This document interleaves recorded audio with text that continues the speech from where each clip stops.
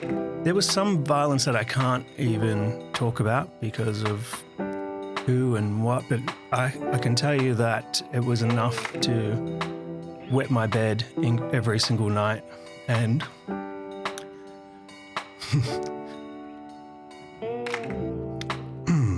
you know how I said the vulnerability can just pop up? It kind of sucks that things happen to a kid that then do this to them. We're all imperfect, and on this podcast, I'll be chatting with a variety of interesting people who are willing to make themselves vulnerable by sharing their own struggles and imperfections. I'm Hugh Van Kylenberg from the Resilience Project. And I'm Ryan Shelton from my mum. And I'm Josh from Hugh's mum. And this is The Imperfects. Well, if you like really good things, you've come to the right place. Because today we are chatting with a man who, I know his name, I know how to say his name. I'd practiced it for some reason when he sat in front of us.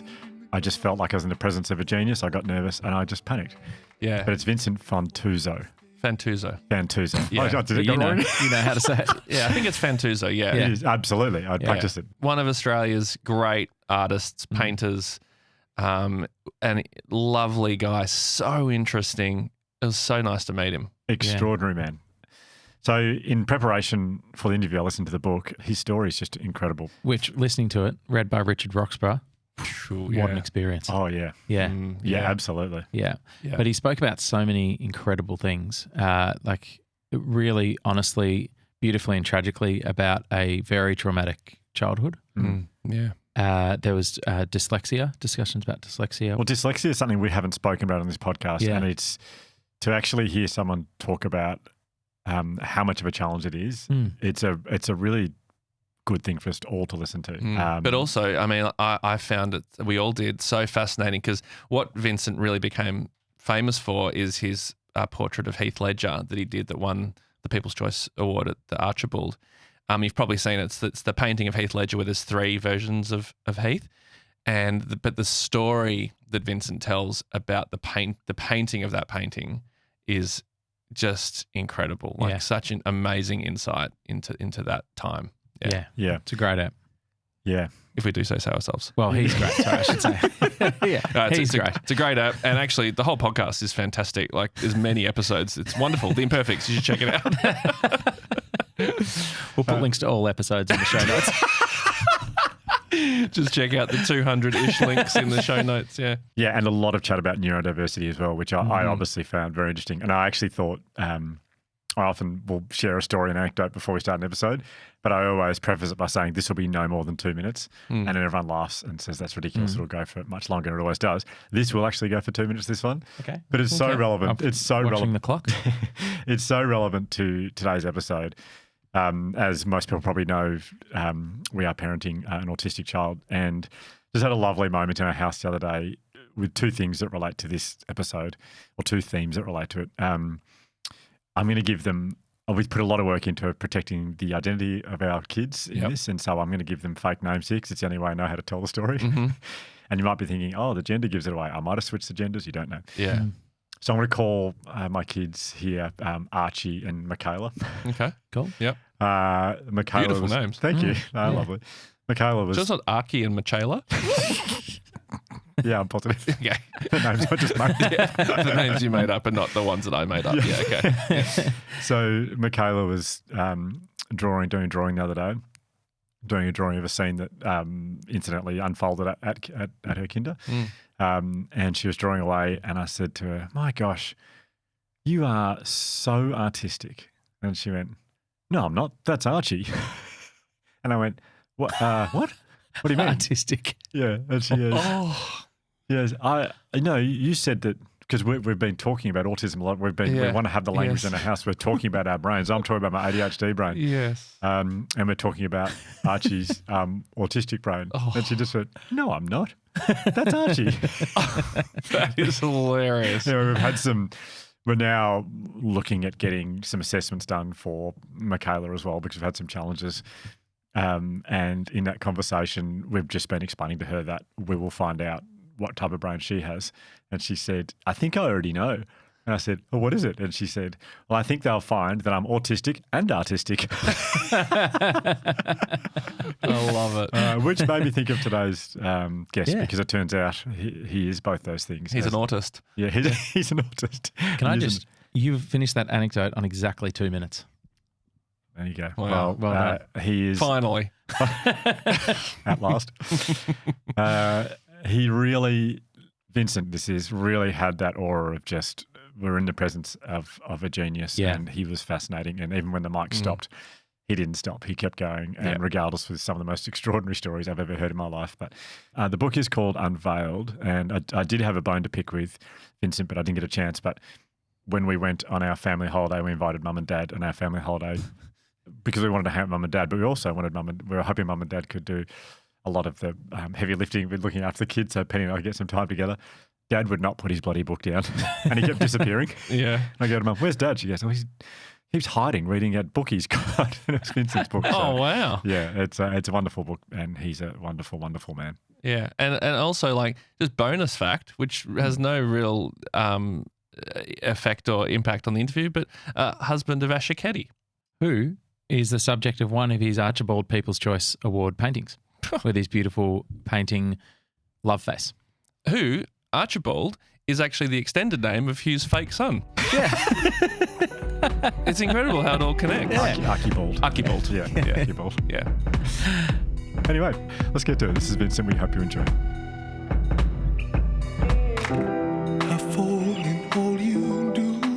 I feel extremely excited. We are joined by someone today who, and if this isn't a sign that you've made it, I don't know what is that there is a YouTube video with 1,200 views on how to pronounce his surname. Oh, really? And they still fuck it up. Yeah. Let's go. So here goes. Let's go around in a circle. Hugh, do you want to take a stab? Go. Well, there are 3 different versions out there, and I would like to go with the Italian version, if I may. We are joined today by Vincent Fantauzzo.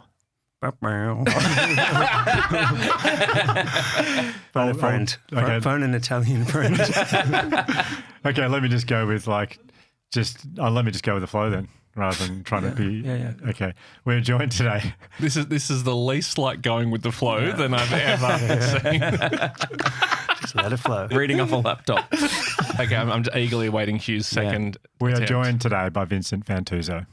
Yes. That's it. That's what I would have guessed. Why didn't I go with my? Of course you would have. Yeah. Now it's said. Now it's In hindsight, that's what I thought. Yeah. Well, Vincent, you're the first painter that we've ever had on the Imperfects. It's So very, cultural you are. anti-cultural we are. Yeah, but no, we're very excited. This is really, really cool. It's so nice to meet you. Thank you. No one really wants to talk about painting anymore. I do. I do. Desperately. So if you mix yellow and blue... We'll save it. We'll find out later. But I know Hugh wants to give a proper introduction. So I've written a bio for you, which I really enjoyed doing it because having just finished your book and just learning about your life was incredible. So Vincent has never done things the easy way. A fighter in every sense of the word, Vincent learned to survive with his fists, firstly as a kid on the streets of Broadmeadows and then in the boxing ring, where discipline, pain and resilience shaped him. Long before he picked up a paintbrush, he was throwing punches in the dark, fighting battles most people would never see, against the weight of severe dyslexia, against the feeling of not fitting in, and against a world that didn't yet understand the power and beauty that he held inside. But somewhere along the way, Vincent traded gloves for brushes, and in that act, he found a new way to fight, not with force, but with feeling. His portraits don't just depict people, they disarm them. They reveal the truth beneath the skin. With a canvas and oil, Vincent has become one of the most celebrated artists in the country, winning the Archibald People's Choice Award a record-breaking 4 times. And yet, for all the acclaim, there is no ego in his work, only honesty and love. And perhaps no painting speaks more to the heart of who Vincent is than his portrait of his son, Luca, titled All That's Good in Me, a work that didn't just win the People's Choice Award at the Archibalds, but won the hearts of the nation. His other People's Choice Awards were for, in 2008 for Heath, a poignant portrait of his friend Heath Ledger, completed just before the actor's tragic passing. 2009, Brandon, capturing child actor Brandon Walters from the film Australia. and in 2013, Love Face, a tender portrayal of actress Asher Keddie, who would later become his wife. At his core, Vincent is not just an artist, he's a father, a partner, a man who has taken every broken piece of his story and turned it into something transcendent. He once fought with his hands, now he fights with his heart. And in both arenas, Vincent has become something rare, a quiet warrior for vulnerability and courage. A man whose life reminds us all that greatness isn't about perfection, it's about connection. Welcome to the Imperfects podcast. Wow. Firstly, I appreciate that so much. I feel like we should just leave it there because I sound really good and I'm going to fuck it right up. Well, thanks for joining us. So the plan was to talk about your childhood first, but just reading that, there's something else I want to ask you. What's your relationship like with the word vulnerability? When you think vulnerability, what do you think? I try and be strong, and I realize now how vulnerable I am.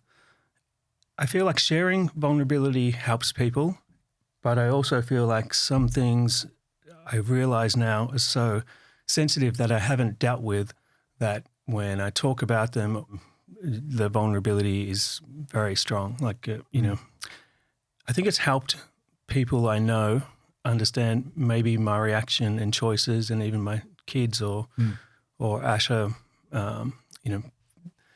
Our childhoods are made up of so many things that affect us every single day, all day, and sometimes you don't even know why. And I'm starting to kind of learn why.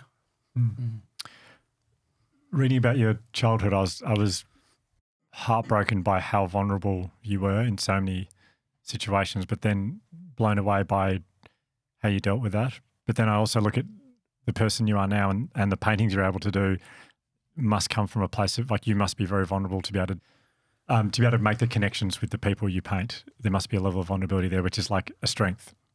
If you can't see, your hearing improves, and if you can't do a certain thing, you can grow in a different way.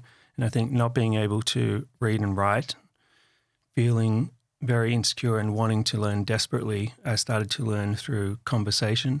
And I was the annoying kid that asked too many questions.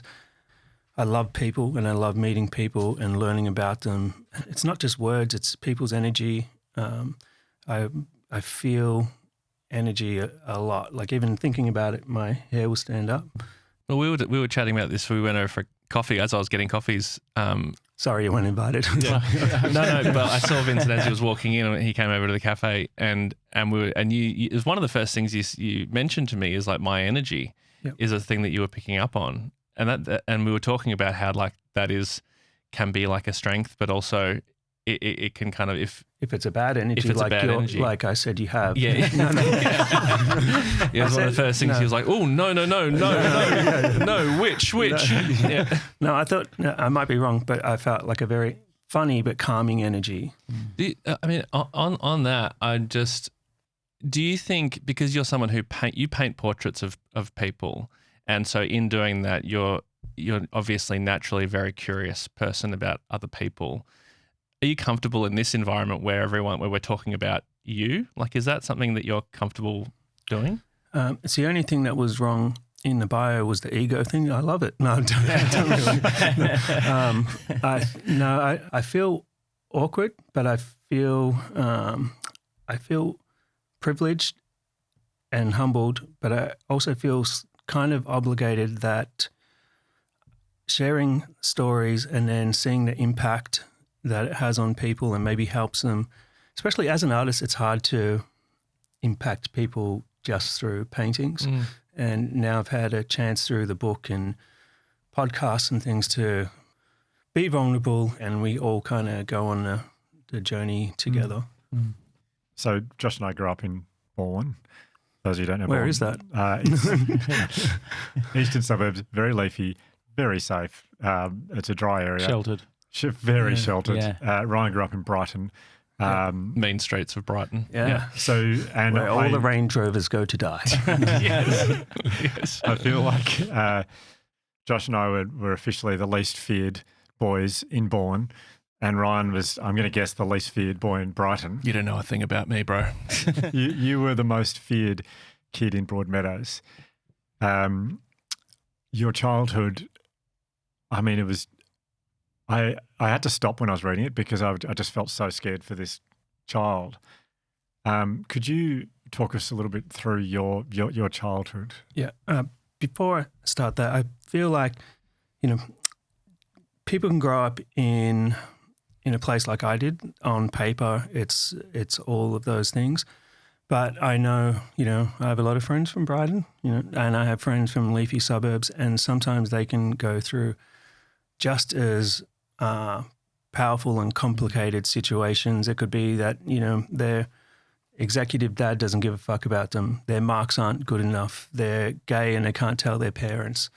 Everyone has these complicated childhoods. I wouldn't want people to think I'm like, oh, I'm a victim, I was poor and all this stuff. But I think I grew up in fear in so many ways. Like I don't know where to start, really. So can we start with the physical safety? That was certainly something that you didn't have as a child. Yep. I also, just to explain, with my dyslexia and ADHD, it's a bit like watching TV and someone keeps flicking the channels and I'll forget what I'm talking about. Yeah. There was some violence that I can't even talk about because of who and what, but I can tell you that it was enough to wet my bed every single night. And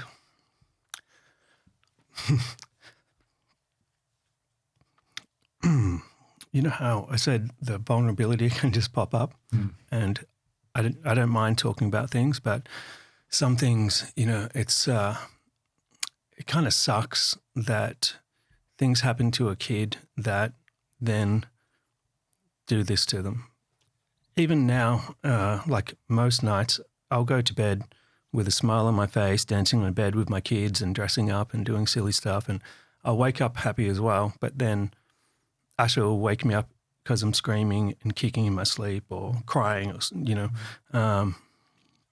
I wish I dream every single night. It's like a movie marathon. There's some good movies as well, but a lot of them are very complicated, and it's like no drug fixes them, no alcohol fixes them. It's like fucking go away.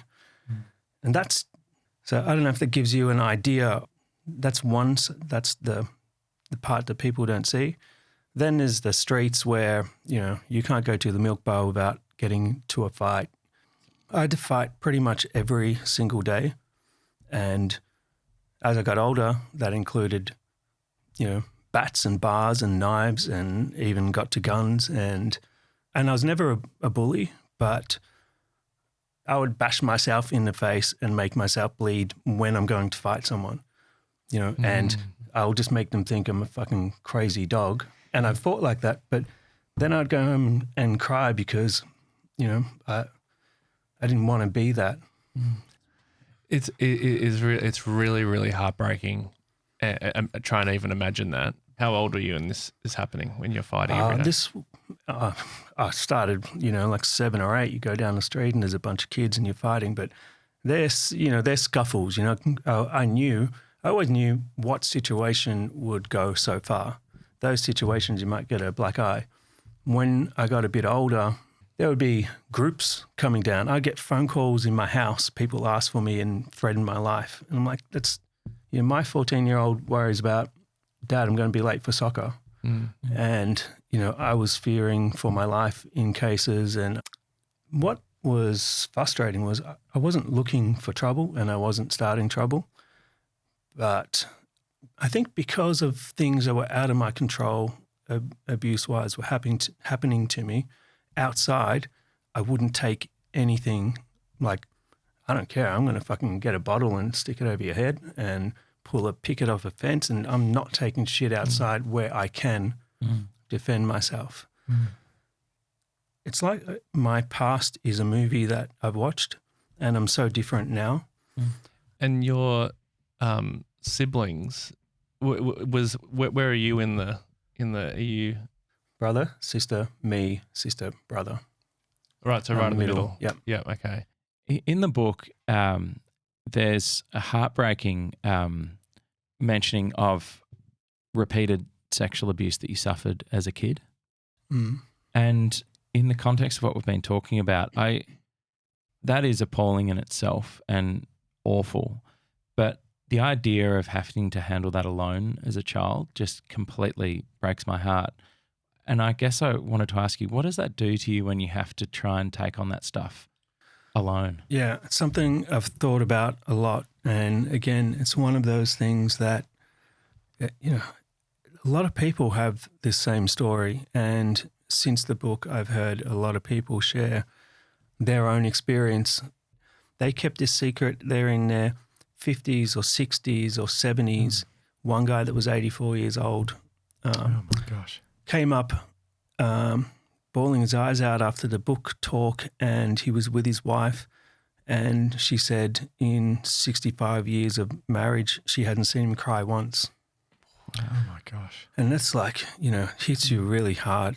But it's also why I feel like it's an obligation to talk about it. And if I help that one guy at, 84 to let go of, not to let go, but his wife said, so much makes sense now. Yeah. Fuck, the poor guy had to hold that in all that time. And some people feel like, oh, well, it was just these kind of things.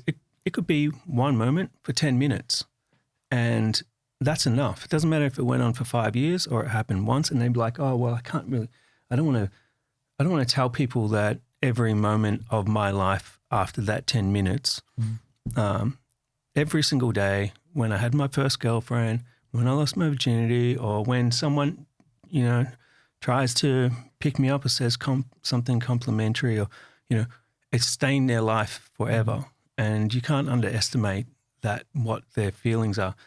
Some people can, they can put it away and they can move on with their life. And that's, we're all born with different minds, and some people are more vulnerable. You can't escape. How much does it suck? You need a little delete button in your head, because here I am talking about it now, and I thought about it, when you watch a TV show, you just think about it all the time. Whether it might not even get you down, but why do you have to have that stupid fucking thought coming in all the time? It's very frustrating. Yeah. My feeling when I read that was it was absolute heartache, but then very quickly I just aware of how many people will read it, and I was thinking this is going to change so many people's lives. And to hear that an 84-year-old man came up and told you that must feel like you are, by having the courage to share, you've done a really good thing there. Yeah, the book tour has been like a very emotional ride. I had one woman, she was bawling her eyes out as well, and she has a non-verbal autistic son, adult son, and she said she finally heard him. She finally heard him talking, and see, my son calls me Mr. Emotion, I'm a Mr. Man, Mr. Emotional at the moment. I was Mr. Forgetful, and now I've changed to Mr. Emotional. But I feel like, wow, it's like, and then there's the dyslexia and different things, and people understand their children now. There's a large statistic of kids in youth prisons that have ADHD, dyslexia, autism on a spectrum somehow, or some kind of diversity, broken parents, and all these things. I ticked all the boxes, and if I had got caught, I was pretty smart. I would definitely be there for a long time as well. There's also a very high percentage of super successful people with all the same things.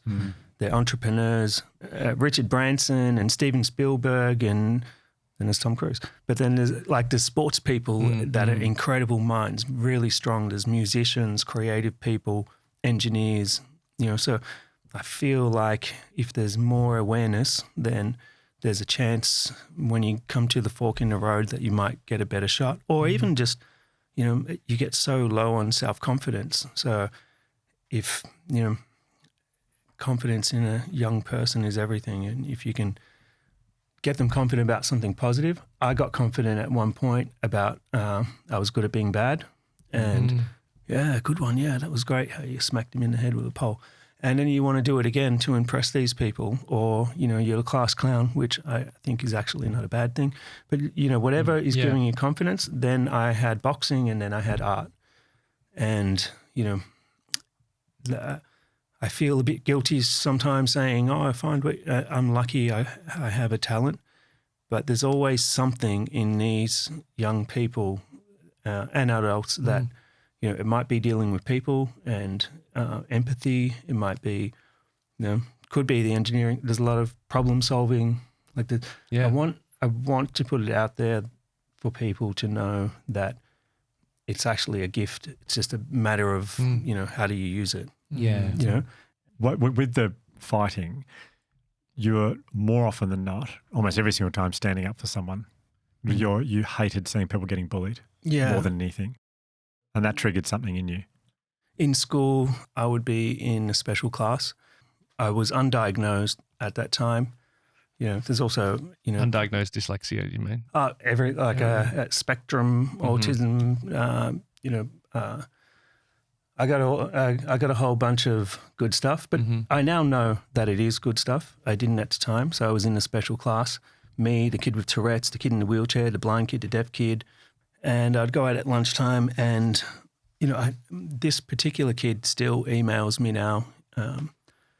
He also had Tourette's and different things, and he'd go out at lunchtime and he would start humping a pole or something, and kids would, yelling out loud, and kids would tease him, and I just have to punch him in the face, because I just couldn't handle seeing someone. Yeah, I can get through a day and no one would know how hard it is, but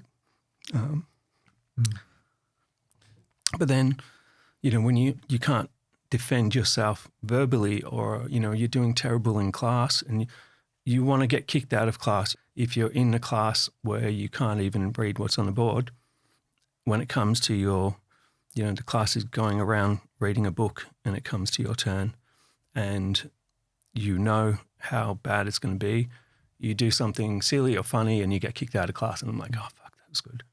Just in time. And the same thing, if you're at lunchtime and you whack some kid because he was picking on your mate, then you're in trouble. And it's very depressing for a kid, You just don't know how to find a way out.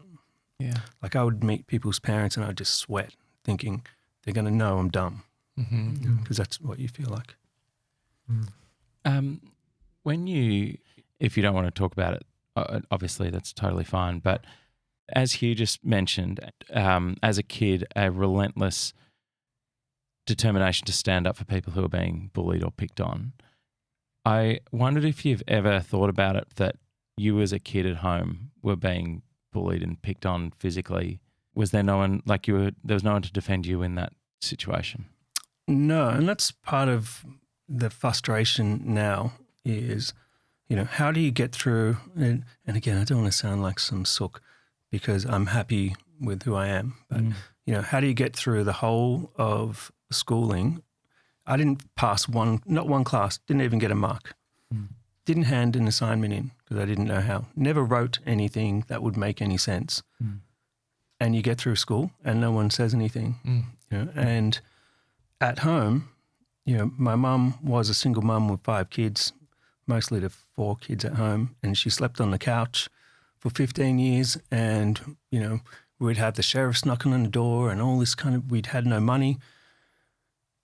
And she worked as well. She worked hard, but she's also the kind of person, if, we got a check from the council to go and buy shopping, she would give half of it to someone else. Someone else would always be sleeping on the couch as well, or, that's kind of how we grew up. But I still have feelings of resentment, like,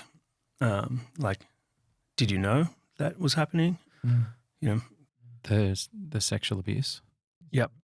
I also learnt very, very well to hide everything. So, Is it because I having not been in the same situation as you have as a kid, but I'm even as a kid in my situation, showing weakness was sort of, you don't want to show weakness. Like it's just sort of something that's sort of, maybe it's just a boy thing. sort of like It's society. a problem, I think. Yeah, it definitely is. But I think especially when we were kids, it's like as a boy, you don't want to seem like anything's bothering you. You're on top of things, you know. But for you having to kind of like keep it all a secret. I didn't show any weakness at all, you know, even like I was so hardcore about not showing any weakness. I'd break my leg and 3 weeks later they put it in a cast, you know, so I wouldn't cry. I was always laughing. I like humor and comedy, but it was either that or violence or anger. But even I did feel the anger, but it was more like a defense mechanism, you know, like I was pretending to be angry rather than crying. Yeah. Have you always felt emotions to like a dialed up to 11? Did you notice? I toned it down from 15. Yeah, 11's not enough, is it? Yeah. I think I did. Yeah. Yeah, as far back as I can remember, yeah. I imagine in the environment you're describing that's a problem. Yeah, well, no, I felt the emotions, but I didn't show them so much. Like I wouldn't cry. I would almost take it. So my taking it and not showing emotion was like a fuck you.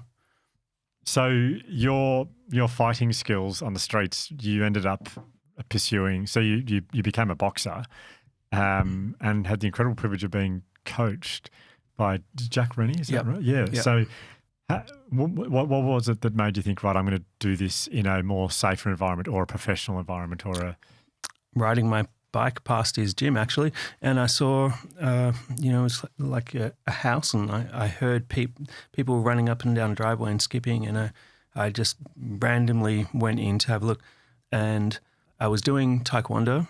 I had a lot of taekwondo fights as well, but martial arts for kids is expensive, and I had no money. I had no one to take me there. My whole life, I kind of luck out on things. There was a guy there that was willing to let me train if I packed up and, you know, swept and did a kind of, you know, Mr. Miyagi style. Problem is for people like myself is I don't know how to speak Korean and I can't learn the words, and they want you to do a pattern before you get your next bout. I don't even know the alphabet, you know, so I'm not going to learn that. How old were you at this point? I must have started that when I was 7. And again, I started it myself. Yeah. I went there, I walked past and I saw them in there and I said, can I join? And, you know, got someone's old suit and da-da-da. I actually ended up getting my black belt. It was almost given to me because I couldn't do the patterns, but I was competing and I was winning the tournaments. But then I couldn't do it's silly, right? Then I found a boxing gym. I said, oh, this is good. No, you know, just punching people. This is great. I met this guy, Jack Rennie, who coached Lionel Rose, many world champions. He was just this Aussie bloke in the back of the gym. And I now know that he had a very similar upbringing. I've only learnt recently from his son, who contacted me after the book and just said, wow, you really understood him. He was also secretly an artist that no one knew about. And he was kind of, he's a macho guy. He was, arts, not my thing. I'm not allowed to do it. Anyway, I was fighting. He knew my background and, the guns and the violence of drugs, whatever it might be. And he said, if you want to train here, something's just get me so emotional. I grew up with no boundaries, and we want boundaries, but we want to pretend that we don't. And he was the first person ever to say, don't fuck up. You want to train here, this is what you got to do. He said, I understand if your back's against the wall, but you're going to have to be a different person. And I thought, fuck, he taught me so much more than boxing. That's the dad I would have liked. Yeah. One day, I was fighting, I was winning fights. I thought, I'm good at boxing. My first little trip, I went to Tasmania, got on a plane. It was like, wow, this is really cool. I want to be a boxer. I thought this is a way out. This is how poor people get out, or not just poor, like people that are struggling. It's a way out. So I wanted to thank him one day. So I came in with a drawing, gave it to him. And now I know why he had a tear roll down. Like, you don't see this guy emotional. And he said, now I know you're going to be all right. Yeah. It was partially insulting and partially a compliment because I think he thought, you're going to do better at art than you would at boxing. Like, fuck, I thought I was good. That really makes me emotional thinking about that, because to be validated by someone that you respect and that obviously respects you. The fact that I knew he set me boundaries and cared, then when he said that, it meant so much more. This was different. And I just, it's like someone, like, there's the confidence that kid needs to not end up in jail. It didn't completely change me. I still went on to do dodgy things. But I knew someone cared. But that's like a bit of data that you store in your brain to go like, here's the positive data that you also think about every day as well. Yeah. And I think that's how you get through the bad shit, when you have the positive outweigh it. So he asked me to do a painting of Lionel Rose and Johnny Famignon. They both trained there. Lionel Rose used to be there in the corner, and it was amazing. So I did this painting. It was from a very old photo where they once sparred. It was black and white. I painted it in colour. We used it to raise some money for a charity, and it went to the Boxing Hall of Fame. And I got paid for the first time in my life some money. And I thought, oh wow, this is cool. I can make some money. Are you still 7 or 8 at this stage, or are you older? No, this is like 15. Oh, you're 15 at the stage. Okay, great. Okay, gotcha. Yeah, 15 or 16, something. Wow. But I wasn't working at this time. I'd left school. I left school when I was 13. Again, like how does a kid get away with leaving while I was kicked out, but then don't go back to school? And I was working in a kitchen with these fuckheads. So the one time my dad comes back around, he says, "Oh, I'll get you a job. Well, you could have got me some shoes," but he never paid my mum 1 cent of child support because he wanted us to suffer. So then we blamed my mum. So she didn't get any help at all, not one bit. And she didn't want to challenge it because she didn't want a custody issue. That happens a lot too. I heard that story a lot with single mums. They don't want the abusive husband or the shit husband coming back for a custody battle, so they just shut up and live without any support. So he said, "I'll get you a job." Gets me a job with these scumbag criminals. I worked maybe 100 hours a week, sometimes all night, and got paid like, $4.50 an hour or something. "We're going to give you an apprenticeship." Never happened. I skipped through a few restaurants similar for many years. So I was boxing as hard as I could at the same time.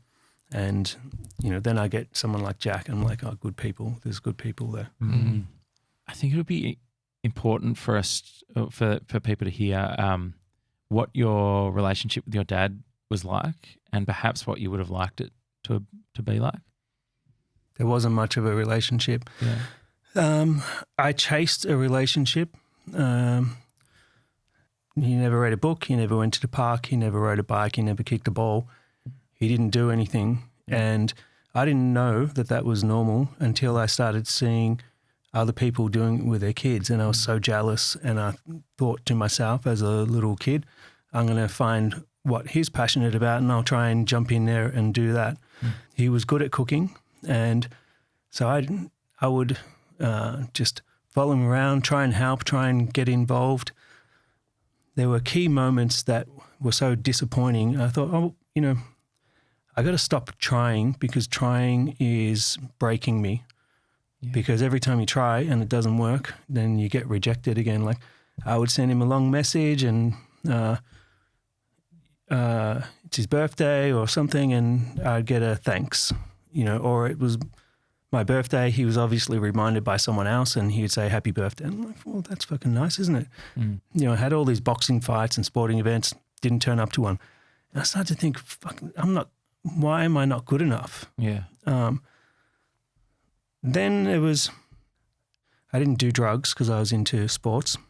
But I thought, marijuana's not so bad. I'll start a grow house. And So I somehow, I don't know how I rented a house. I got someone to help me, stole electricity from other places, created this grow house, and I started to make some money. I couldn't manage it. And I said How old were you, it's probably 19 or something. So Yeah. old enough to know better. Should have listened to Jack. But there were certain stages, you know, it's all up and downs, and people come into your life and out of your life, and you forget the advice. And, Yeah. you know, it's like when Mike Tyson lost his mentor, he went off the rails. Before that, he was focused. And I was having one of those moments. I thought it was a great idea, finally making some money. Oh, I could be, you know, I'm good at this. Couldn't manage it. And I was very protective always of my younger brother, and he wasn't doing anything. And I thought, oh, you need a place to stay and do something, like look after the house, just stay in there. And I didn't realize what a fucking dumb thing to be doing, to allow him into something he wasn't ever going to do without me doing that. And, you know, another season into it, I saw my dad for the first time in a few years, and I desperately wanted someone to stop me. Like I still, you know, I still always want someone to stop me. Like that boundary that Jack had. Yeah. And I saw my dad and met him down the street for a coffee. I told him what I was doing, and I expected him to say, "You could go to jail for this. What are you doing?" And he said, "Can you cut me in? How do we set it up? And I'll grow it and you sell it."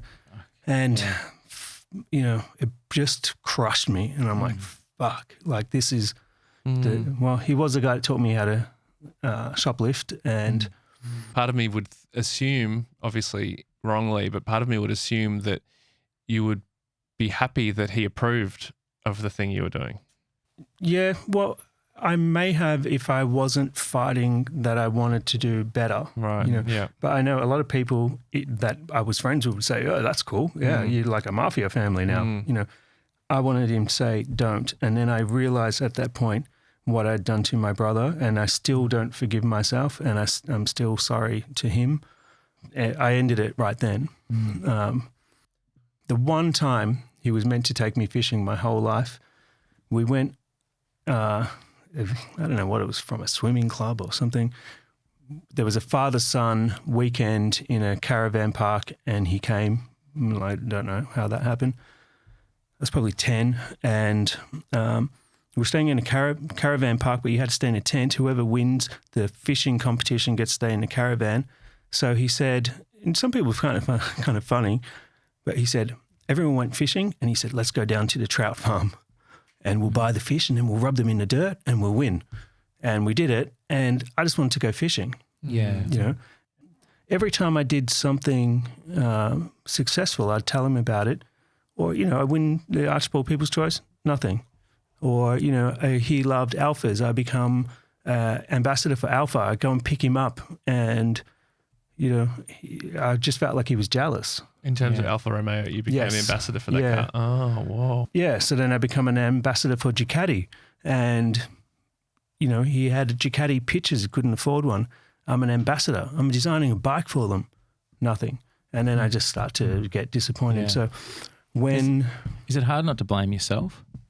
That's what happens. You think like, is there something, why don't you like me? I'm at his funeral years later, and I'm sitting there with my son, who he met once, you know, vow he didn't even meet. Like, you got these beautiful grandchildren, but he'll go and have a relationship with another family and be fatherly to them. And I'm like, what the fuck is wrong with you? Yeah. So I'm watching this priest who was calling him Cloud. His name's Claude, knew nothing about him. And they're talking about what a great person he is, and he was humorous and, you know, believed in the church. All these different things, family man. And I was just like, what? All the relatives I didn't know, because he had split with all of them over the years. And I couldn't take it. And I got up out of my seat. I went up, I grabbed the microphone off the priest, and I said, looked at the coffin. I said, "Oh, Dad, welcome to church, first time." You know, and really? I said, I don't know who you're talking about here. And everyone's in shock. Yeah. And I said, you know, this is this is not the guy that I knew. I'm not going to say anything bad, but this is whoever we're pretending is there isn't the person you're talking about. And I said, I always wanted to get to know my dad. I wanted him to love me. It didn't happen. And I still feel like I could have made it happen and I would have accepted it. It still pains me that I didn't fix it. And then I said, if there's one thing we can get out of it is that I ran out of time. You guys don't talk to each other. None of them talk to each other. Don't run out of time. Like go, become friends or fucking forgive or move on or something. Yeah. And then I dropped the microphone. No, I didn't. But well, then, within your right to, though. That is an extraordinary story. That's like from a movie. I don't even know how it happened. Like it wasn't any plan, nothing I thought about. But then I hadn't cried. I cry pretty easily now. But I hadn't cried through him being sick, him passing. And I was kind of like, it's not that I definitely didn't want him to pass away. I don't know, nothing happened. And then I picked up the coffin and I just couldn't stop. Just like fucking, and I don't know, I still don't know why. I can't explain it. Yeah. But there was a lot to come out and then that was it, and I never got to fix it. But I just feel like, all these things bottle up. Yeah. Thanks for sharing that. That's an amazing story. It sounds like it was like a huge release. Yeah. And it wasn't a relief, but release it definitely was. Like it kills me that I want to talk nicely, I don't want to be bitter. And strangely, I don't know, my feelings were more powerful than my siblings about the whole situation. But I think I'm just a bit more honest about it. Mm-hmm. Yeah. Don't know how I got into this positive talk. Let's all have a shot of vodka. Fine. Yeah. It's 12:15. Yeah. I imagine then, like as a teenager and not being in school, that's when art sort of becomes like, it's natural for a teenager to think like, well, what am I going to do when I grow up, essentially? Yeah. Well, this is something I really want to discuss because art is the thing that I'm good at. If art's really not a way out yet because I'm very lucky and I'm a percentage that is successful. But every kid starts off as an artist. We're all creative. Everyone likes paint and drawing, and you go into a classroom, it's everywhere. And then it stops. And, my motivation's not making money. It's about Jamie Olivering the art world. Like now kids want to be chefs. People want to cook the blah, blah, blah. And before they didn't even know what it was. Yeah. But I want to make art more accessible. I want to make it somewhere where these Indigenous kids that are talented and someone out, football's a way out, boxing's a way out, and art should be a way out too. One of the things that happened very early in your career where you were probably seeing yourself as an artist was your friendship with Heath Ledger. Yep. And you painted his portrait. In fact, I might get you to tell the story, but the whole timing of it is really put you on the world stage. We were planning on doing this portrait for a long time. I met Heath through some of his very close friends. Like we'd often get together and, chat about doing the portrait someday. Just so happened that this one Christmas he was going back to Perth and I went there and he was in a really vulnerable place. So was I at the time. And, you can know someone for 10 years and you have a moment where you become really close. It's like, or it can happen on the first day you meet people and they're friends forever. And we just had this night and conversations over this weekend where we just said everything that we could possibly imagine, light stuff, dark stuff, childhood. It was like a lifetime of therapy in one session and laughs and all sorts of things. He wasn't drinking, he was focused. All of this came into one painting. You can only choose one image. Well, I kind of cheated and put 3 of them. But it was very complicated. And I arrived at his house and he sat down, and it was 7 a.m. He hadn't even put a top on. He's in his pajamas, and I just followed him out. Like, we hardly talked. It was a weird feeling. He sat down, grabbed his chair as he walked past the kitchen table, sat it in the backyard, and I quickly got my camera out. I knew something was happening, and he sat there, and for a long time, just gives me the goosebumps again. And he just sat there, and I just felt him going somewhere. And he closed his eyes for a long time. Then he opened them, and he was just staring, and I started taking photos.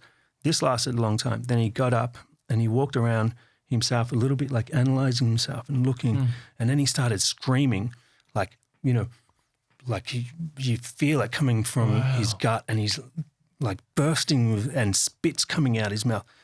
And then he breathes, and he walks around again.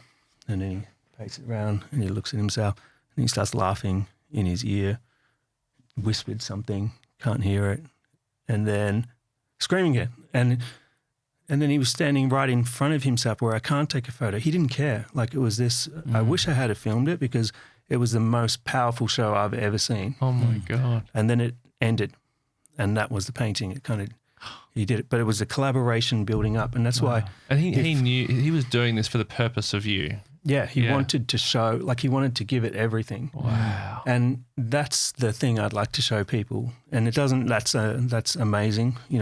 Shooting Guy Pearce was a little bit like that too, but also shooting, painting Julia Gillard. There's all these different people, like, really giving something that comes through. That's why a portrait's good, not because it's accurate. Julia Gillard do a similar sort of thing. Yeah, she did. Yeah. Julia was incredible. I'll skip back to Heath in a second. But Julia was so funny, she had such a great sense of humour. Anyone that came into the studio, if she happened to be there, she'd talk to them and spend time and listen. I don't know about politics at all. I don't know. I'm sure people dislike for all sorts of different reasons. I just knew her as Julia, and she was so passionate about children, education and the future. I just wish people had seen, and this is what I get to see, and this is why I think it's important, but I got to see a really genuine person who was judged by their looks, by their nose, by their body. She let me paint her however she wanted. She just said, don't make me look like them, and don't make it about fashion or, And when you say them, do you mean? They're all old white dudes with gotcha. a suit on, 3/4, Yeah. Because this was the official portrait, wasn't it? Yeah. So she didn't see it until we unveiled it. Wow. And I love that trust. Back to Heath. As he left, he was leaving right after this, and he said, this painting's going to change our lives. And wow. It's interesting. His dad recently told me that he definitely wasn't suicidal. He wanted to live. He wanted the future. He loves his daughter. He always felt like it wasn't going to be a long life. He was also very spiritual, and I think this is another privilege of what he gave me. So many things, but I became very close with his dad, who had lost a son, and that's Heath's dad. I'm not taking that away, but he's still very generous to me. But he recently said he learnt a lot from me as well, and that was, Heath made decisions that were very different to Kim's way of thinking, and he didn't understand them, and they butted heads about, like Brokeback Mountain, not getting paid enough and different things, and buying a house here or a restaurant, supporting other artists he did so much of people don't know about, and it was a bit frustrating for his dad. And now his dad has become much more spiritual as well, and he said, I just wish that Heath could see me now. I wish Heath knew that I now understand him. And I think it's there's a lesson there for people that while we're here and we're living, I'm not always perfect at it either, but just let people know or just be understanding. Yeah. He said this painting's going to change our lives. How soon after that did he pass? So I went back and started doing the painting. Oh, sorry. So he said that before you'd done the painting. Yeah. Yep. So that was just as I left his house after I did a little sketch for him that looked very similar, like just a line drawing the concept. And as I was getting in the car, he grabbed me and he said, "This painting's going to change our lives." I felt really inspired, especially after watching that powerful to honour that thing. performance. And I never worked so hard in my life. 15 hours a day, not eating, painting. I took the painting home so I wouldn't have to even leave to go to the studio. I was using my television screen in my apartment to look at and paint him, and I had them next to each other as reference images. And I finished the painting after 3 weeks. I sent him an email of the artwork. Don't know if he got it. Turning TV on in the morning and Heath's died, and it was just everywhere. And I was like, it was, I couldn't even believe it. Like, I just didn't believe it. No, that's surreal. Yeah, very surreal. Everything about it surreal. Then all this press, there's, newspapers and magazines and TV knocking on my door. Next day it's on the cover of like Herald Sun and The Age and all that stuff. And, you want your whole life for your art to be on the cover. And it's this bittersweet, guilty feeling. But I hear Heath in my head saying, "Well, you fucking wanted to have it. You want this and I've given it to you. Don't fuck it up." So I knew he would want it to be in the Archibald. I knew he would want to make a statement. So I then pack it up, catch a plane myself with the painting to Sydney to put it in the Archibald. People are like recognizing me at the airport and the painting and the cab driver, and it's like, oh fuck, this is really weird. But my friends died. So how did the painting get out there? I had shared it with a few people. One of them happened to be head of a news blah, blah, blah. Just, hey, this is what I'm doing. And people knew I was doing the painting, but it was out there. But then I gave them obviously a better image and talked to them after getting the family's permission, and they agreed that this is what Heath would like. It gets into the Archibald. There's a lunch the day before for all the artists to meet.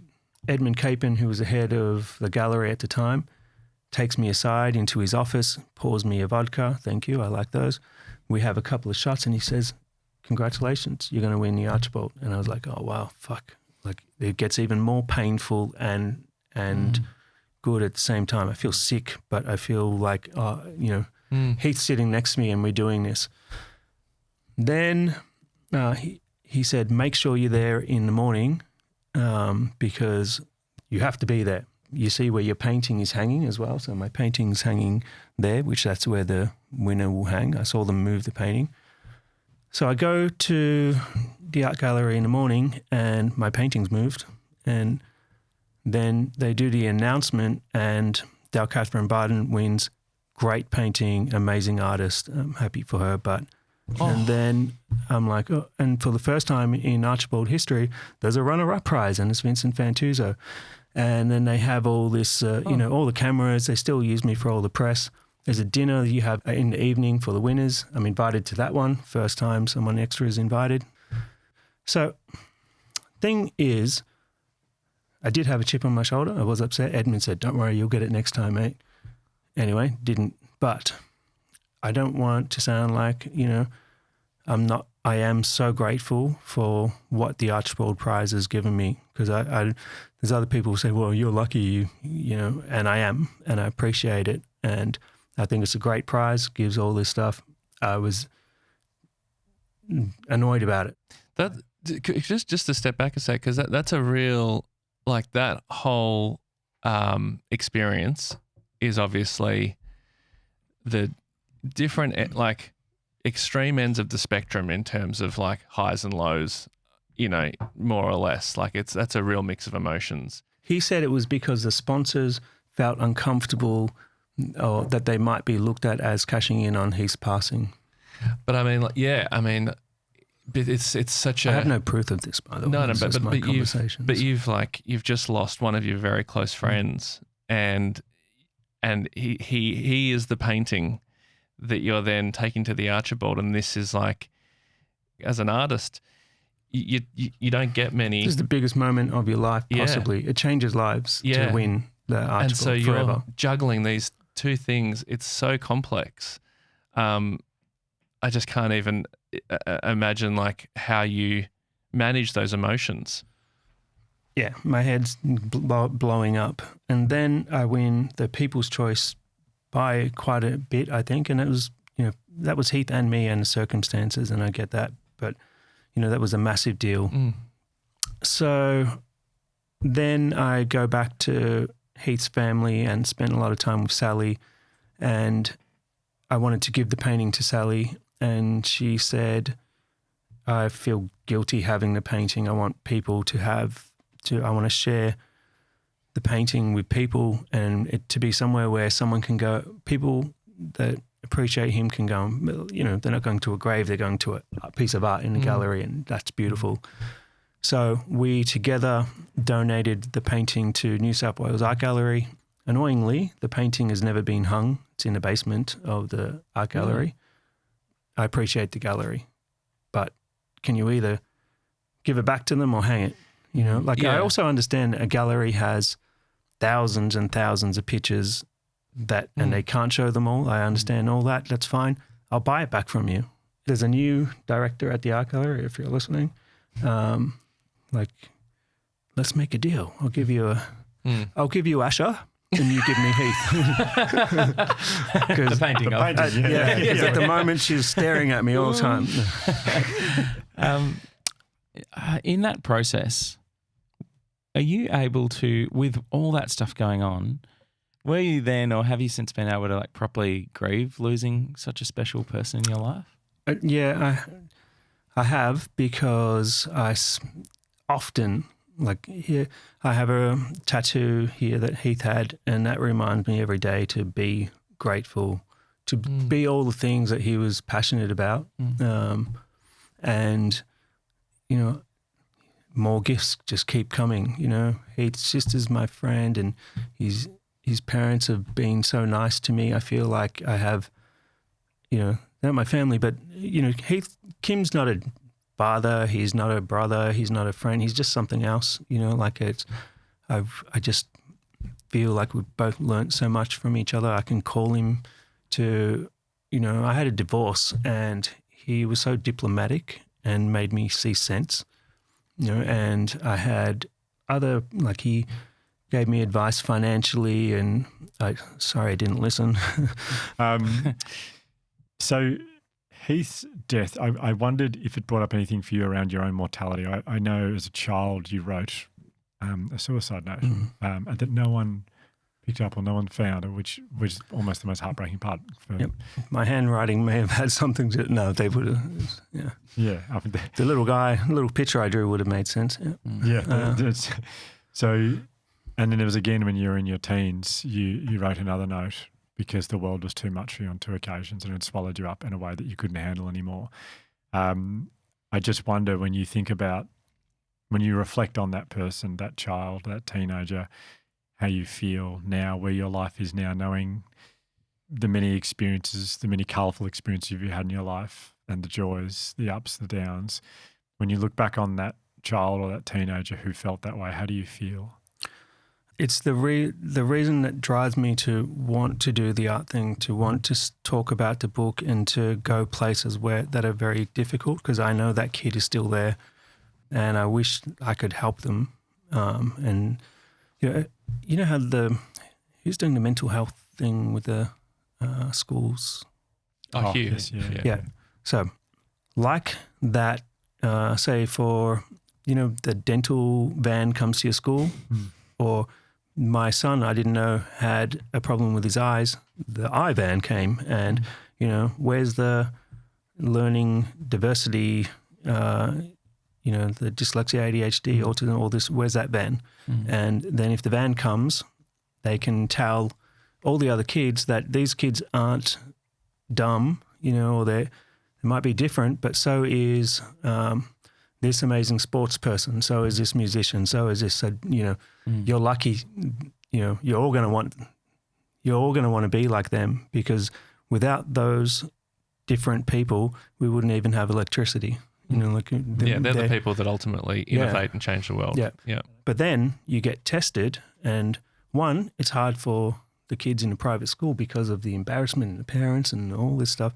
Then the poor kid can't afford a test because a stupid test is like $2,000, and they just It's not going to happen. And then if they did find out, the initial feeling when you find out something like this is you feel like, oh, okay, I have a disability. That sucks. I can't become a pilot or I can't become a cop, which is all ridiculous. And how do you support those kids afterwards? So that's something in the future I'm also passionate about, is maybe making some kind of change in the education department or something where you find these kids and you give them support and you let them know that they have power, and maybe it's art. Yeah. Well, I couldn't agree more. As I mentioned before the interview, one of our kids has been diagnosed with, it feels like everything under the sun, and has gone from an educational setting that they would lie in bed at night and tell us that they were stupid. Yeah. It was heartbreaking as a 6-year-old. And now we are at a different educational setting where metaphorically the van has arrived, and I listened to them tell my dad with great pride that they're autistic the other day. Yeah.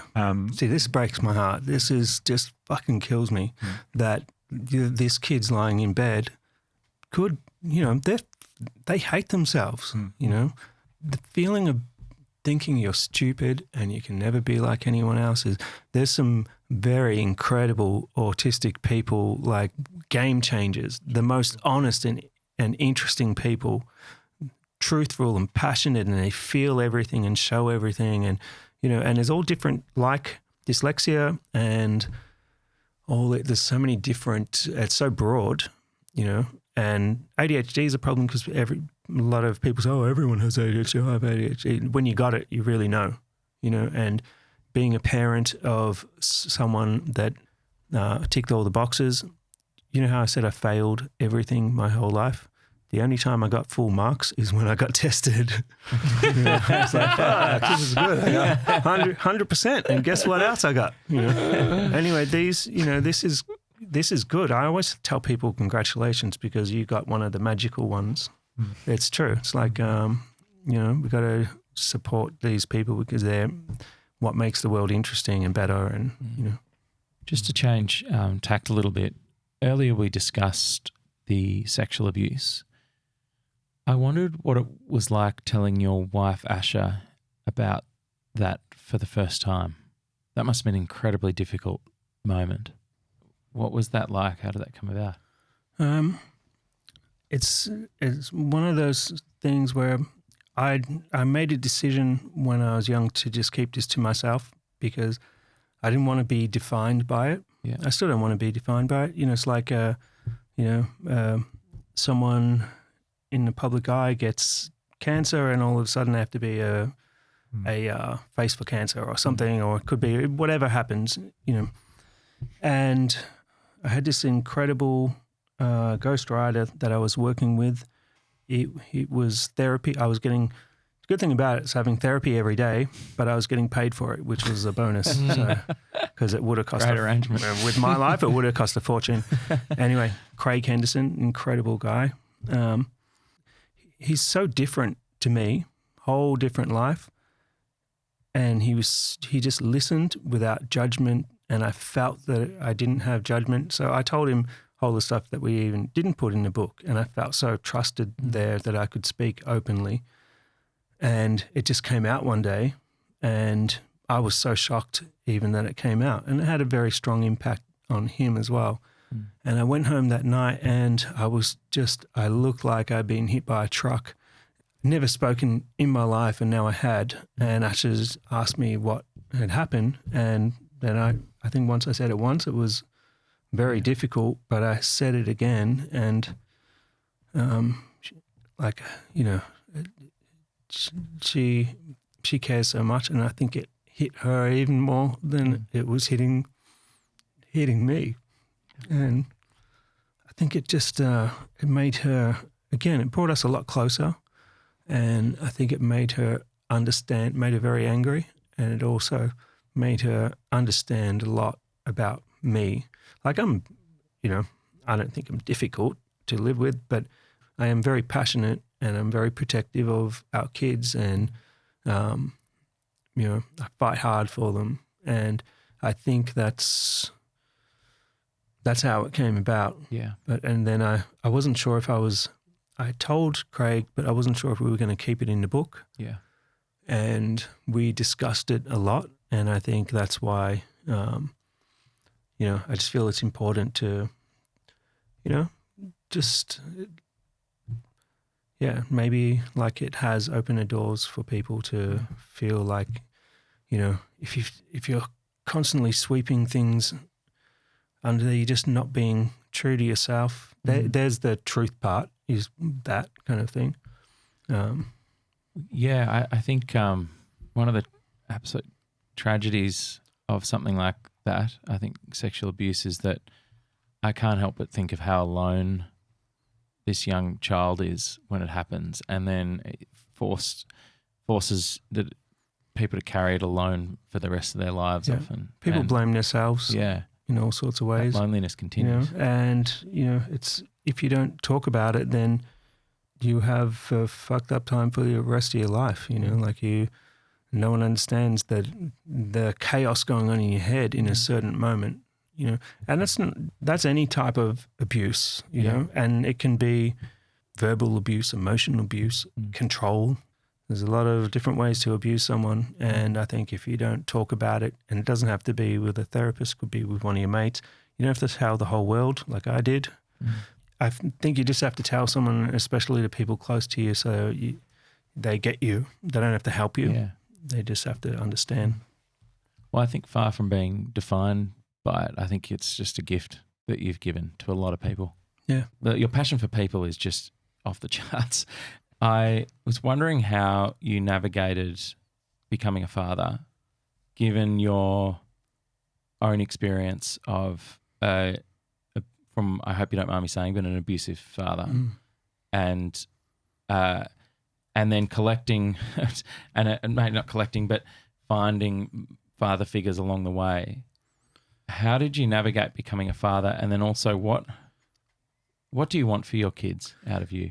I am collecting, and if there's any that want to leave me an inheritance, I'm open to, because I don't have one of those.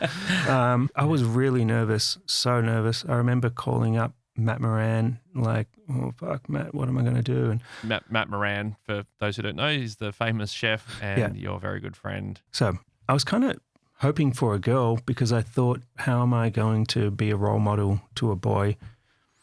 I mean, I absolutely love my boys. I was so nervous, and I'm still nervous if I'm doing the right job. I don't know if sometimes I'm too friendly, like not a dad. Do I set enough boundaries? Because I want my kids to love me. I don't want to be strict. I can say I've never had to raise my voice to my kids.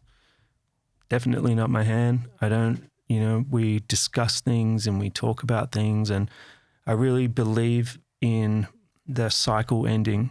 To me, success is that my adult children will say they love me. Like I don't care about anything else. Like I still don't know how to do it, to be honest, to answer your question. One thing I do know is I want them to know they can tell me everything, and I'm always on their side, and then we find a solution. That's beautiful. So as a kid, as you're trying to make sense of the world around you, you're probably becoming vastly aware that probably when you start school and you compare yourself to other kids, that words, reading or writing isn't coming easily to you. You didn't know what dyslexia was, obviously, but you realised you were different.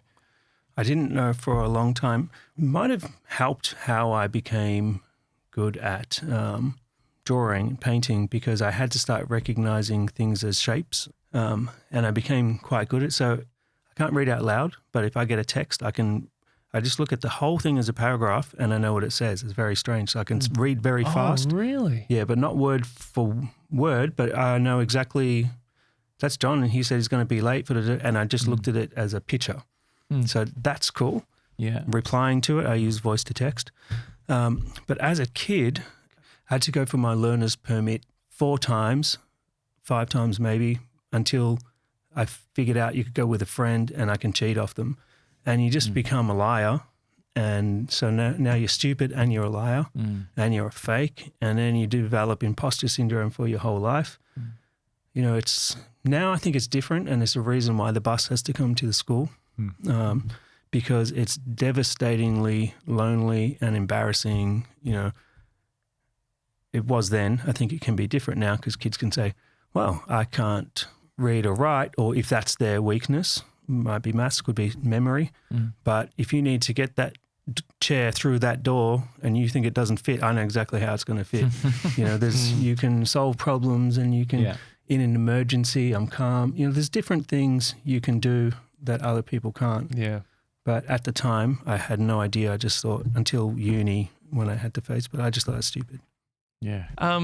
I was wondering if I could ask you about Asha and meeting Asha, because I know with my partner Jam, she, like, being with her, She's put up with a lot of heaps. But being with her, she's sort of, I guess, like, unlocked certain things, like, made me realize things about myself that I didn't realize about myself in a really positive way. And I think, I mean, it's sort of, it sounds, I've never said it in this way, but I think seeing her love me in the way that she does has sort of helped me love myself more. Yep. He just stole my words, Asha. I was about to say the same thing. But really, it's really true. Like, I've never had anyone care for me like Asha cares and care for the boys. I've never had that level of caring and love in my life. She's the opposite to me in a lot of ways, because she has a different way of looking after us, all the things that I can't do. And it's just worked out that way. But, she's got my back, and she's also protective. And sometimes she says, well, that's just not fair, and no one said that for me before. Like, if she thinks someone's done wrong by me, or, or even growing up, and she'll say, like you were saying, who was looking out? I have someone looking out for me now, and I look out for her too, and that's a good feeling. And it's nice to feel protected. I think that's a thing kids want. That's another thing. I want my kids to know they're protected. They have, I have their back, and they have mine forever. Like, that's, nothing can change that for me. Yeah. Can you quickly just retell the story of how you met? Because I loved reading that part of the book. I was doing, I did 30 portraits, 30 days in New York and in Hong Kong. And the idea was, I meet, say, you, and you suggest someone else, and they suggest someone else. Wow, cool. And each day, and you end up meeting like a fascinating, diverse group of people. And I did it in Australia, but it was more about, can you tell me someone that inspires you? Matt Moran suggested Asha. I had no idea who Asha was. She didn't know who I was. It almost didn't happen because I'm disorganized. I was single fathering, and, I still can't even organize my own lunch. I was late. She wasn't going to turn up. Her agent, who is also a good friend of ours now, forced her to go. And I remember... Was there any sense from Matt Moran of potentially a setup? Well, it's a weird thing, because he made out, oh, you got to meet her. She's, she's super talented and she's beautiful and blah, blah, blah, blah, blah. I was like, oh, thanks, Matt. This is good. But then he also said to Asha, be careful of him. Wow. I'm like, you, what the fuck is that? Like, anyway, thanks, Matt, godfather of my children. You lose, I win. But I wasn't thinking about that. I was thinking about, did I forget to pack Luca's lunch? And then my studio was a mess, and I threw everything in 2 bins, and I'm wheeling them out, and I look like shit. And I saw her. I literally dropped the bins. And she slept with me that night. No, she said, don't say that joke because it's not true, and it could be cut into a. But we just, again, that was another time I painted like a demon because I wanted to impress her so badly. I think I did the painting in 2 hours. I was like, it was like a robot. Worked. Sucked in. So you spend that time with her, and you're painting with her in the room, I'm assuming? No, I did prolong the period of hanging out, and it's really weird because I have our first meeting all on video and camera. Wow. And I remember that whole series, I was asking people what inspires them and kind of talking about them, and I just remember just staring at her going, oh, like just this engagement that I never felt before. Wow. And we were together since then. That was it. And she's amazing, and I feel very lucky. She stepped into being a stepmother and all sorts of things, entertaining but complicated. but so was she. And, interestingly, she grew up Bayside and very different experience, but we're so like-minded. And that also helped me. I grew up and it was them and us all the time, rich, poor, and it doesn't matter where you grow up or where you're from or what you believe, you can be so like-minded and be in love and all those things. So that was a cool learning. Yeah. Also, she's increased my vocabulary by correcting me often and giving me new words. That sounds fun. Nice bonus. That's good. Yeah. Well, how has she, I mean, I imagine she does help quite a lot with your dyslexia. I imagine, because I know that she helps with like just general admin of running your empire. Yeah, she's fired herself several times as my PA.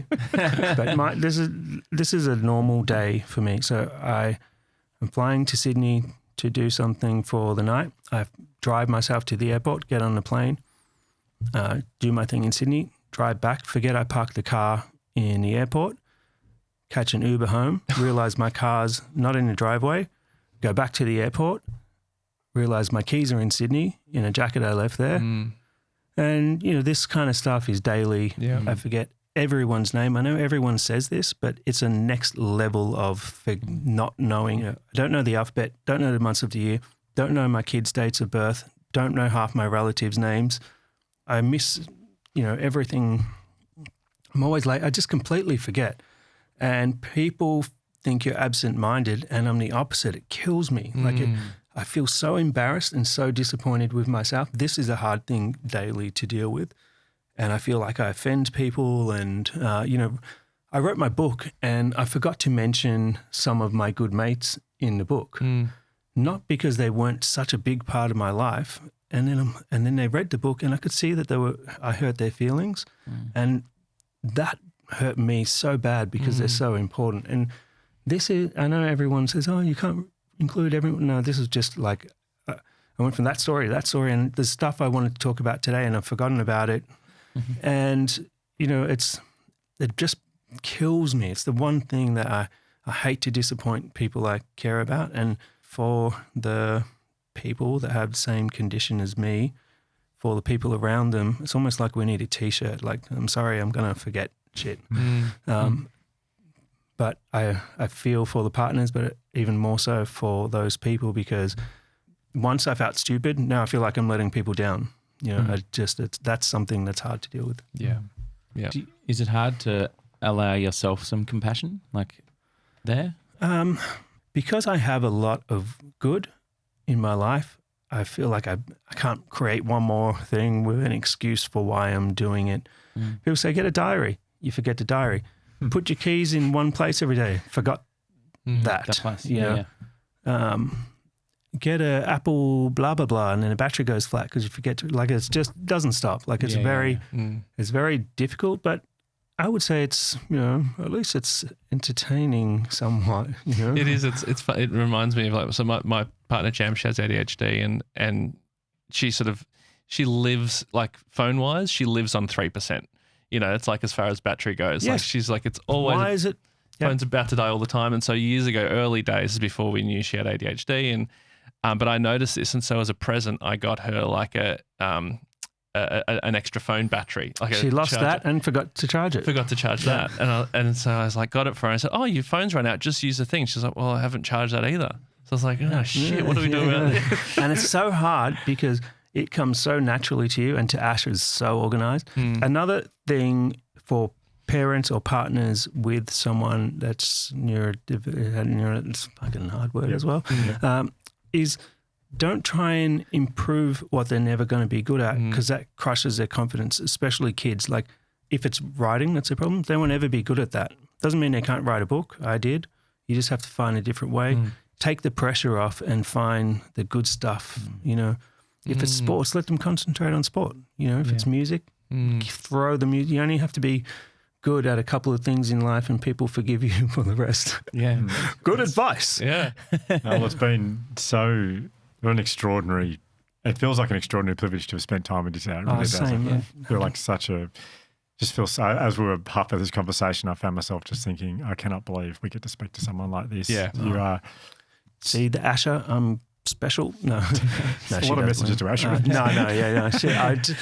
I just like to get her. She'll say, "What did you?" And that's just fun. I like to tease a little. I like to tease a lot, actually. Because I had to do lunches. I don't normally do lunches for school, and I forgot the lunch at home, and Val called me, and I had to bring the lunch in just before recess. He's like, "Dad, I see the school's number. I thought he's broken his head." He was just saying, "You forgot lunch and brain food. That's the recess." Oh, yeah. And as a joke, I'd put a raw onion in his fruit box, just so when he sees, I think that's what Tony Abbott does for his kids. Yeah. And then I brought the lunch in, and I noticed the woman at reception see the onion through the thing, and I forgot. I'm like, that's just a joke. I know there's an onion in there. That's why I have to. A lot of jokes. Yeah. Well, it has been an absolute honour, and I felt this collective love for you the second we met you. I really felt that. So I feel like, whilst it's amazing that Asher and you fell in love the first time, we've also fallen in love with you today as well. So a few beers, who knows? See what happens. Yeah. I feel so happy being here. If you ever want to podcast, we don't even have to record it. We'll just hang out. Yeah, let's just hang out. Yeah. That sounds great. Awesome. Vincent, thank you for your time today. It's been truly incredible. Thanks, Vincent. There's no podcasters at boxing, so you're welcome. Oh, thank you. Thank you. That's Well, I'll fight you for it. There's no fighting either. I messed up the ending. Okay, thank you for being Thank you, mate. Thank you. Awesome.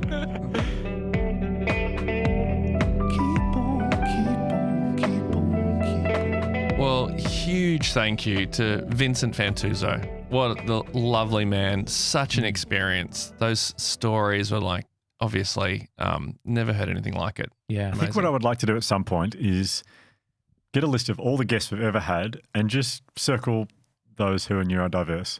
There's been, I feel like neurodiverse people really do some pretty extraordinary stuff. I feel like we've had so many neurodiverse people on here who just absolutely, I find so inspiring, and he is absolutely one of them. Yeah. Oh, we desperately need neurodiverse people in the world. They're brilliant. Yeah. He was so captivating as a person to be around. Like, if you think about some of the people he's met, some of the people he's painted, I can just see, it just makes sense. It's like, I can see you doing that job and you being, having this really unique and intimate relationship with the people that you paint. I've never met anyone like him. Yeah. He's magnetic. Yeah. Yeah. There is something I wanted to talk about off the back of it, which I think it is definitely a heavy topic, but I think one we should definitely be talking about right now. He mentioned twice throughout that episode, once as a boy and once as a teenager, writing a suicide note, and that topic of suicide has just come up quite a bit this year.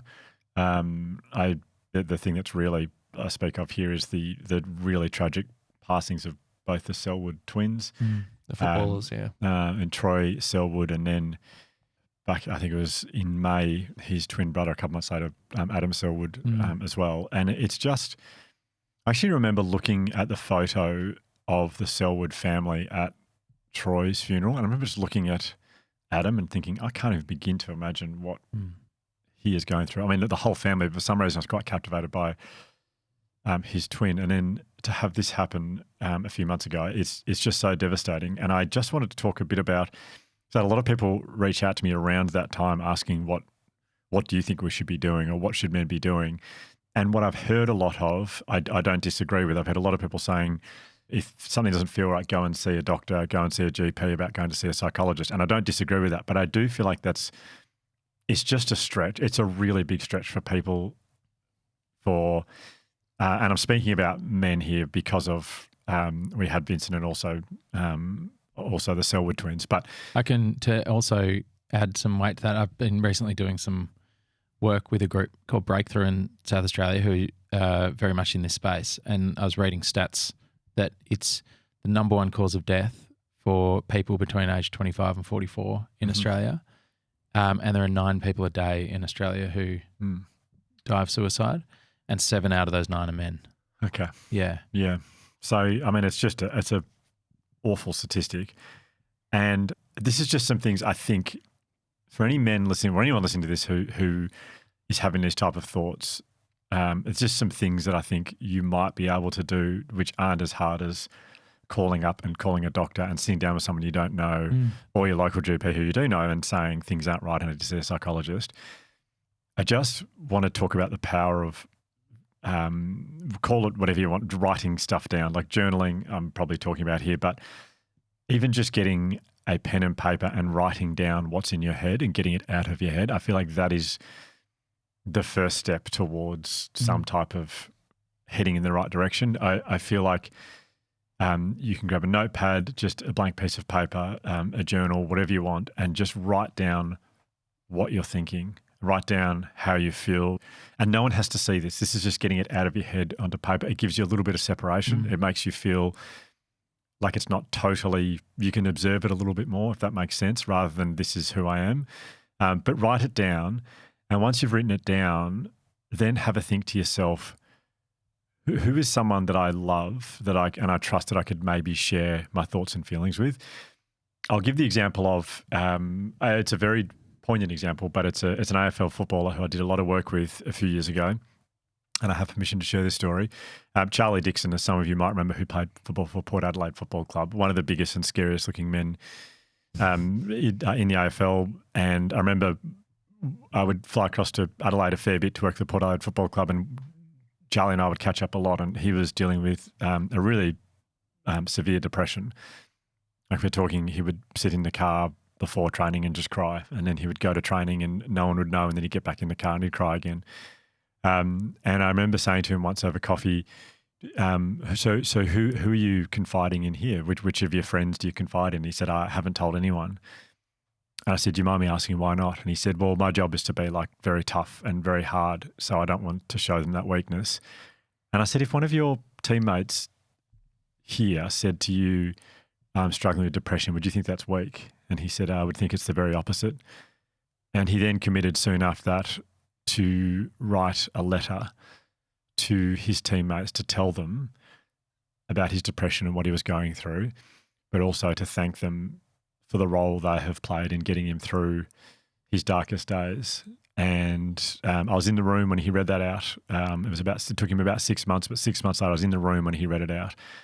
And the response from that group, I still have never seen anything like it. It was like the cupboard booked a very small room for this thing to happen, but so it was very tight quarters, but he was engulfed by like 45 men all hugging him at the end. And he said to me weeks later, he said, that was the start of my recovery. That's when I started to recover, when I shared what was happening in my head with the people that love me. That's when my journey to recovery started.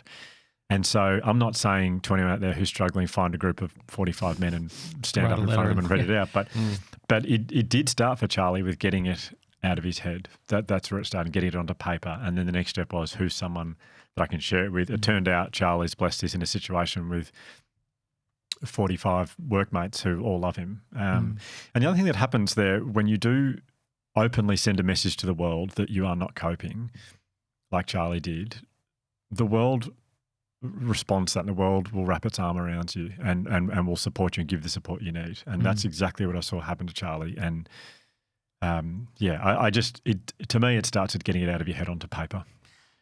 I love that story so much. It's because even Josh, like those stats you said before, it makes you realize that, because of course we all think, not always, but often we think we're the only ones struggling, and you look around at everyone else at work or at school or whatever, and you think, well, everyone else seems like they've got their shit together, and I feel like I'm the only one, so I don't want to be the odd one out. I don't want to be judged.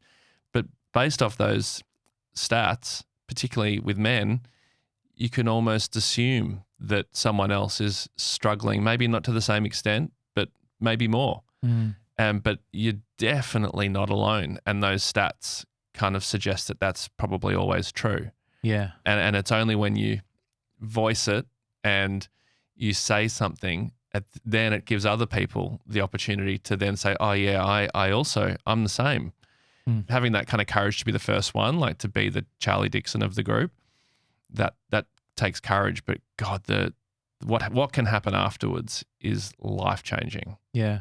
I think it's also important to acknowledge, at least I know this for me personally, when I've been not doing very well, I kind of don't want to tell people. It's very isolating. Yeah. And you kind of, I think Em's talked about this, and we can put a link to the episode in which she does talk about this in the show notes, but how you want to withdraw from society, withdraw from talking to people in general. So I totally understand that how hard it can be to share this with anyone. That's why I think writing is such a great idea, to be writing it down, because that's something you can do while you're withdrawn, and then maybe that will spark the idea to, or the motivation to perhaps share it. But when I've been going through stuff in the past that's really hard, I've felt, and in a low mood to the point of quite seriously low mood, I've felt the need to regress and pull away from people and not speak to them.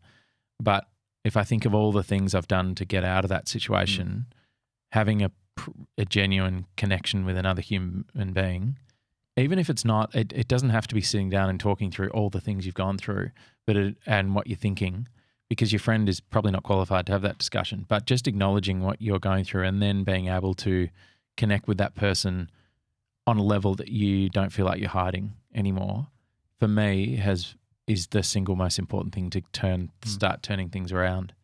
And I just think that I guess I just want people listening to know that, like, the dark and worst time that you're going through, this awful feeling, doesn't have to define you. Like, there's so much hope there that can come from just a very simple connection with another person. And it's not going to be fixed in the first conversation, but it could be the first step to making you thrive in life again. Well said. Well said. Anyway, I'm so grateful for Vincent for sharing those stories, because I'm sure it wasn't easy, but he did it, and I feel like it's going to help a lot of people. Absolutely. So, Yeah. Great. Well, thank you, Vincent. Good to see you guys. Yeah, absolutely.